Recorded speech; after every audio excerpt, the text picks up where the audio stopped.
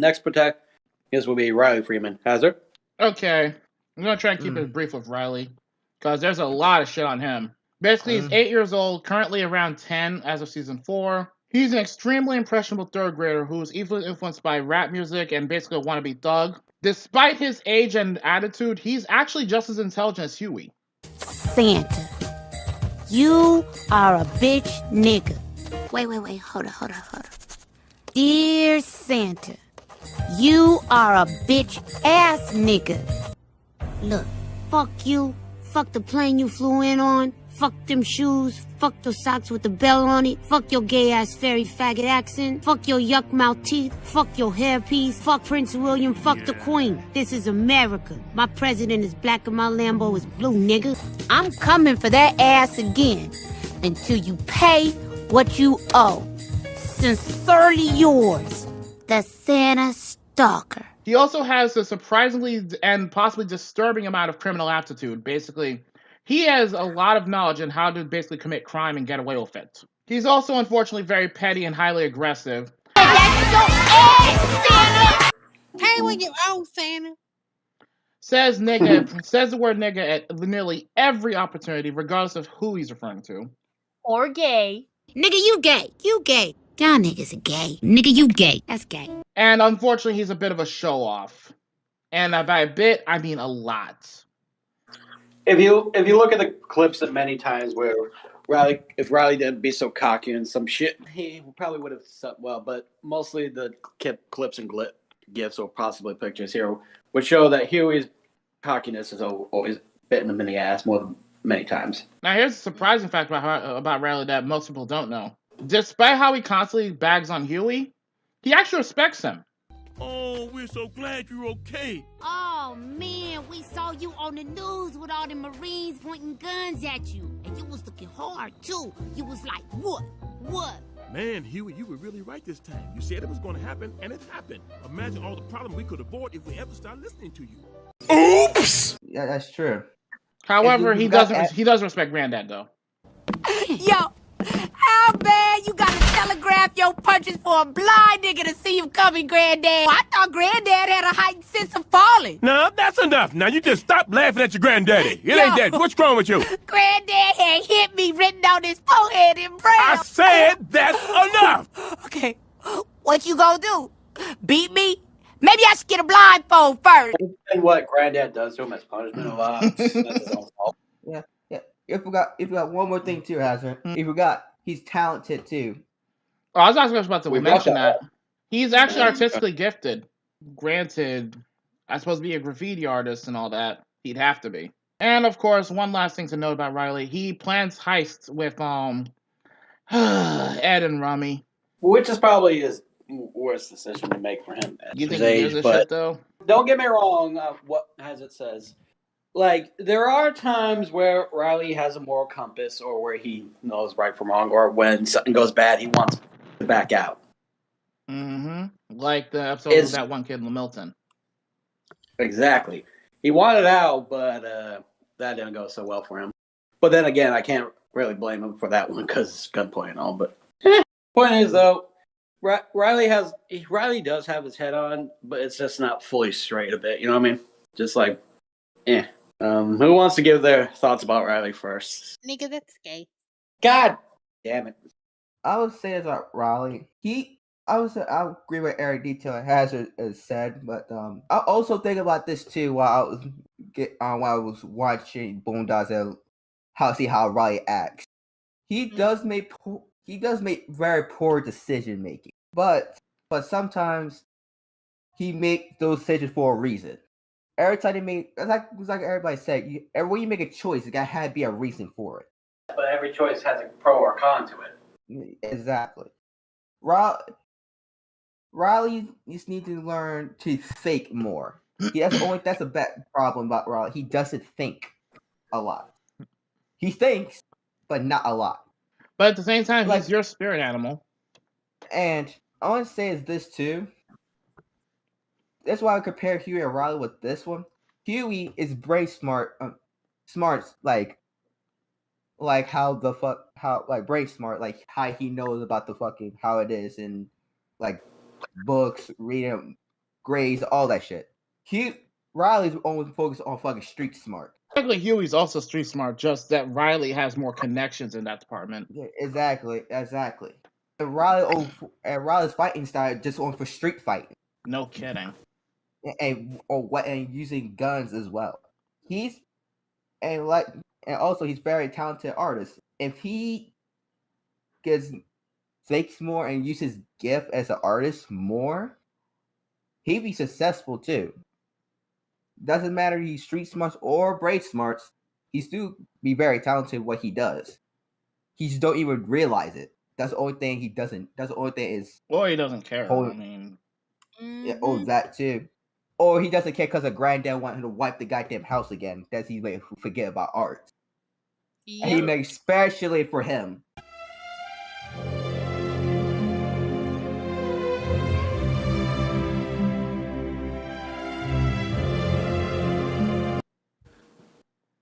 Zammy, your thoughts? That's a good development point. Okay, so when I first saw Riley and when I first started to get to know the character, I thought this dude was a stuck-up stupid ass.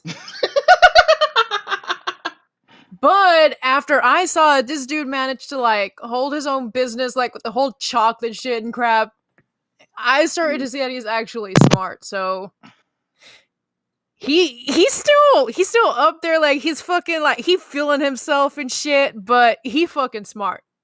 Long story short, don't mess with him. He's smart and he'll beat your ass.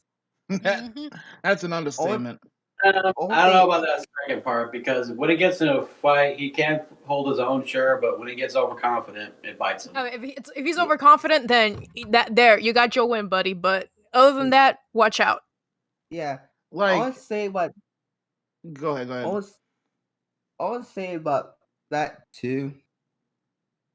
If Huey and Riley teach each other what they don't know at all, that's the scary thing. Well, to be fair, they have teamed up before. No, Huey teaching them. Yeah, I know, like Huey teaching them how to do fucking kung fu and martial arts. Well, to be fair, it's because of Riley, Huey knows how to properly use an airsoft gun. Exactly. And to be fair, do I need to point out the scene where they literally shot Uncle Ruckus' sorry ass out the house? That was a good moment. They don't really need to teach each other anything when they can basically learn from observing each other, given how they grow up together. Mm-hmm. Yeah, they do. They do respect each other. Sometimes they get tired. Well, sometimes they get tired with each other, or they want to rip each other's heads off. It's the latter, really. Mm-hmm. So I want to bring up to the fact where Zammy has mentioned about something about Riley. He does have some intellectual skills in his own way. For example, like she brought up the whole chocolate business and stuff. Yeah, how he essentially hijacked it from the school and one of the biggest chocolate sellers in the world, apparently. And literally, he was literally like his own crime boss, but selling chocolate. He was basically Scarface 2.0, only smarter. Exactly. And at only 8 years old, that's the terrifying part about Riley. Like I said, street smart. So yeah, imagine him 10 years older. I'm just saying, like, think for a second. Imagine him 10 years older pulling that shit. I'm pretty sure he run his own, find some kind of company, but more like of an arms dealing. Yeah. Yeah. Yeah. Because the thing is about Riley, he could run his own business, but given what we know about him, I'm pretty sure everyone here in this group can agree that the most likely business he'll run, which hasn't pointed out kindly, is most likely a drug selling business or an arms dealing business of weapons. Oh, yeah, because Riley does know his guns a lot. He knows his guns. Yeah. That dude has a fucking case of guns in their room. Yep, and most of those guns, those BB guns, those airsoft guns, most of those are his. Huey has a couple of his own, but most of them shits are Riley's, especially ammo. Exactly. And Riley knows his. I just remembered something too. There was one scene where there was literally, like, when they opened up their little armory, there's like literally several big ass fucking jars of like airsoft rounds. I'm like, holy shit, is this kid going to war? Exactly. That's what I said. Riley knows knows where they get it from. Yeah, that's what I'm saying. He's street smart. He knows where he get it from. He knows where to buy it from. And let's be honest, he knows who can sell it to. Mm-hmm. And he got people to help him. Like I'll bring out the chocolate instant. They got Jasmine sitting and a few other people to help him with that shit. And they're both successful. Not to mention how Riley's ability to get connections the way he does is borderline terrifying. Exactly. Now that we got the main protagonist characters out of the way, now it's time for the grand circus of fucking characters. Okay. So go let's ahead and go down the list of freaks we got. Okay, I'm just gonna list the next three in a row because they're all very brief. We got Tom Dubois, who's basically a lawyer who's a prosecutor turned defense attorney. One of Robert's close friends has a crippling fear of being thrown in jail and or anally raped. He has a jealousy streak regarding R&B artists like Usher. Considered a wet blanket in social situations. One of the few people Huey actually respects. No joke. And also gets legal advice from Huey on occasion, which, by the way, actually works. Sarah, his wife, or more open and frisky as opposed to her husband, much more casual about her marriage, has an open attraction towards famous black celebrities. Despite being the dominant figure in the household and times she's bored with Tom, she actually does love him, despite, Tom's shortcomings. Both Sarah and Tom are active members of the NAACP, and Sarah's biggest frustration is literally Tom's lack of self-confidence. Hey, sweetie, you look lovely tonight. Oh, thank you, honey. Yeah, but not as nice as you think you look. Asshole. Jasmine, their daughter. Biracial 10-year-old due to mixed heritage. This is played up much more in the comics than the cartoons. So yeah, they barely point out Jasmine's biracial nature, her heritage at all in the series. In the comics, it's heavily emphasized. Her personality is basically the exact opposite of Huey, where she's naive and optimistic, Huey is mature and cynical. Jasmine's also incredibly considerate to others and can be considered sheltered because of how she was raised. Her biggest dream is to be a veterinarian. She's also very sensitive at heart, which annoys the shit out of Huey. Despite this, she's still close friends with him. One of the few people in Wolfcrest Huey can actually tolerate. And unfortunately, very easy to manipulate. And that's the Block film in a nutshell. So who do you want to talk about first? Tom, Sarah, or Jasmine? I would say all three of them in one word. Tom, he's a fucking bitch. For reasons. Which were finally resolved, surprisingly. For reasons, I still call him a bitch to this day. You're welcome to that. His wife, I would say she's a fucking thought or gold digger. It's between those fucking shits. You would think that, but believe it or not, and I actually had to do some heavy research on this. Sarah is actually more loyal to Tom than people give her credit for. Because remember, she could have broken up with him at any time. I would say this. Sarah's like a thirsty fucking bitch. I had to say that. She's a thirsty fucking bitch. What she really wants, though, and this was heavily emphasized in season 4, especially the first episode, was that she wanted Tom to be more of a dominant man. Okay, then just tell me what to do. That's the problem, Tom. I don't want to tell you what to do. I want you to do what I want you to do, but because you want to do it. What? But why not just tell me? Because no woman wakes up and says, gee, I hope my man does everything I tell him to today. You're the man, Tom. Sometimes I want you to dominate. Take control. If I'm out of line, put me in check. You better check that hole, Mr. Dubois. You know what? You guys are right. I'm going to go back there and put her in check. She didn't want to always be in charge. In fact, to a degree, she hates it. So what she really wanted out of her marriage was Tom to be, how to put it, she wants Tom to be more aggressive. Yeah, like that one episode, like fucking Stinkwaiter possessed his fucking body and fucked his wife. Ironically, Stinkwaiter fixed their marriage. Yeah, and he did. Yes, like I said, she thought it was Tom being like this, but the whole time it was Stinkwaiter. Hey, that shit was funny. At least he helped her marriage. I'm about to have sexual relations. No. Stinkwaiter, you fucking evil asshole. And Jasmine, I would say she's a suppressive cinema role. She still good thing she hang around with Huey, so she gonna learn that stop be so naive and not be so manipulated. But she also tempers his more cynical side to a degree. Plus, like the lemonade thing, she keep being manipulated that she'll get a pony. Mm-hmm. But no, the thing was, technically, she wasn't entirely being lied to. She just wasn't told the whole truth because she doesn't know how to negotiate for shit. Yeah, it's not. I know she's not lied to, but she still get manipulated to work more. Mm-hmm. And how he yelled at her. Basically, put she was set up to end up in debt regardless of what she did. Exactly. And Huey tried to warn her about that. Mm-hmm. So yeah, Jasmine Cinnamon, Sarah's a fucking thirst. Instead of be a thirst. And Tom, he's a fucking bitch. He's just a bitch. Thankfully, they resolved that. Eventually. I still call him a bitch to this day. Fair enough. Okay, who else got thoughts about Tom, Sarah, and Jasmine? We'll say this. Given how, like, they look like the perfect family, they are opposite of that for sure, given their problems and issues. Mm-hmm. They look like one of those paintings or pictures you would see as an example of a family or a perfect family and stuff. Mm-hmm. If you want one of those examples people want to try to show.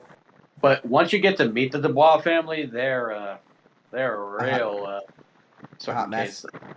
They're a hot mess. And you know what? I have to say this real quick regarding those two. When you try to put Tom, Sarah, and Jasmine as the perfect family, my only reaction is literally J.J. Jameson laughing.